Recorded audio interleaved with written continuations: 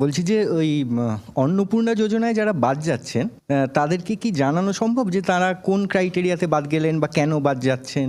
সেটা কি কোনোভাবে তাদেরকে বলা সম্ভব? পোর্টাল চালু যখন হবে, এখন তো 31শে জুলাই অবধি পোর্টাল হয়েছে, 10ই জুলাই পর্যন্ত ভেরিফিকেশন যাদের হয়েছে তাদের কালকে টাকা ট্রান্সফার হয়ে যাবে। আর আরও 10ই জুলাইয়ের পরে যারা অ্যাপ্লাই করেছেন পোর্টালে তাদের সবার ভেরিফিকেশন কমপ্লিট করতে পারেনি, অর্থাৎ ম্যাক্সিমামটাই হয়ে গেছে আমরা দেখেছি।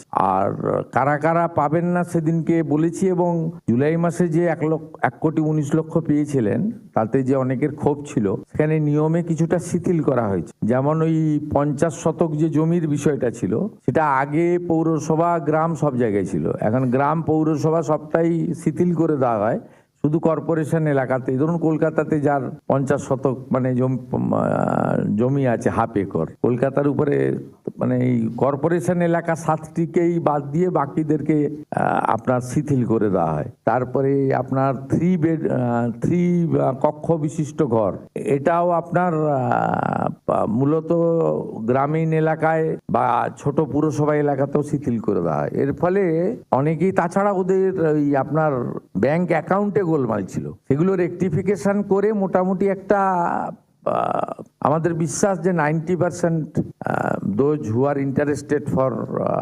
Annapurna Yojana they should get.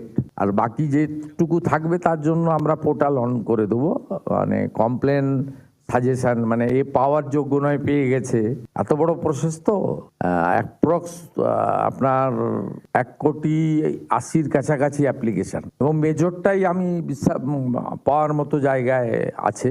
আর অনেকের আধারের সঙ্গে অ্যাকাউন্টের লিঙ্ক ছিল না, একটু মানে যথেষ্ট সিস্টেমে ভুল ভ্রান্তিও ছিল।